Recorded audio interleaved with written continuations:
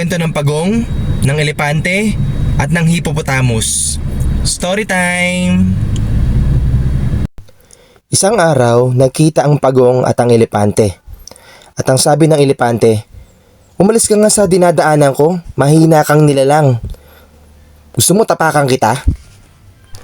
Pero hindi natinag si Pagong at hindi siya natakot.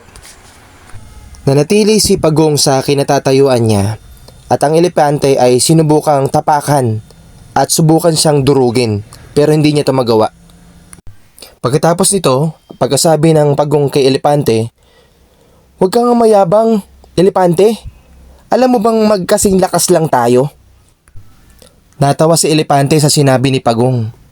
Kaya ang sabi ni Pagong kay elepante, "Magkita tayo bukas at papatunayan ko sa iyo magkasing lakas lang tayo." So nag-agree naman at pumayag si elepante. Kinabukasan, bago sumikat ang araw, ang Pagong ay tumakbo pababa ng burol papunta sa ilog kung saan nakasalubong niya si Hippopotamus. Ang sabi niya kay Hippopotamus, "Gusto mo ba magkaroon tayo ng tug of war? Pustahan tayo, magsing lakas lang tayo." Nung narinig ito ni Hippopotamus, natawa siya dun sa idea ni Pagong. Pero pumayag siya. Pagkatapos pumayag ni Hippopotamus sa hiling ni Pagong, agad-agad na naghanap si Pagong ng mahabang lubid. At ang sabi niya sa Hippopotamus, hawakan niya ito sa pamamagitan ng kanyang bibig at hintayin niya na sumigaw siya ng "Hoy!"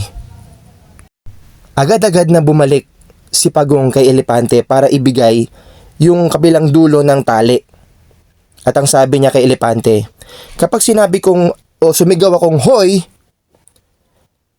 hatakin mo yung tali at ipapakita ko sa iyo kung sino talaga ang pinakamalakas sa atin."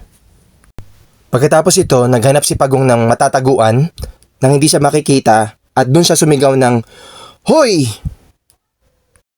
Nung marinig ito ni elepante at ng hippopotamus, agad-agad silang nagsimula na maghataka ng lubid.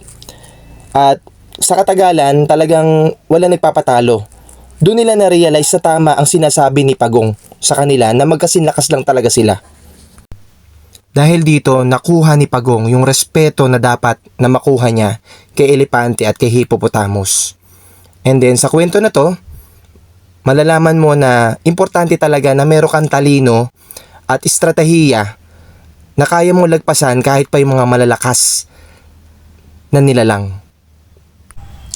Ginamit ni Pagong yung talino niya at estratehiya niya para makredit sa kanyang pangalan yung ginawa ni Pagong at ni Hippopotamus.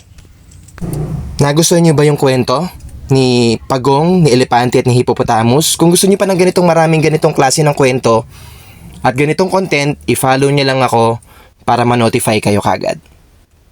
Salamat sa panonood!